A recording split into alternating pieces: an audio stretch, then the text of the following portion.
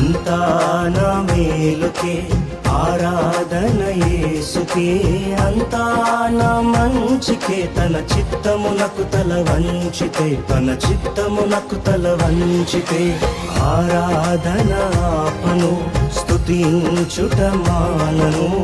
ఆరాధన ఆపను, స్తుతించుట మానను, స్తుతించుట మానను.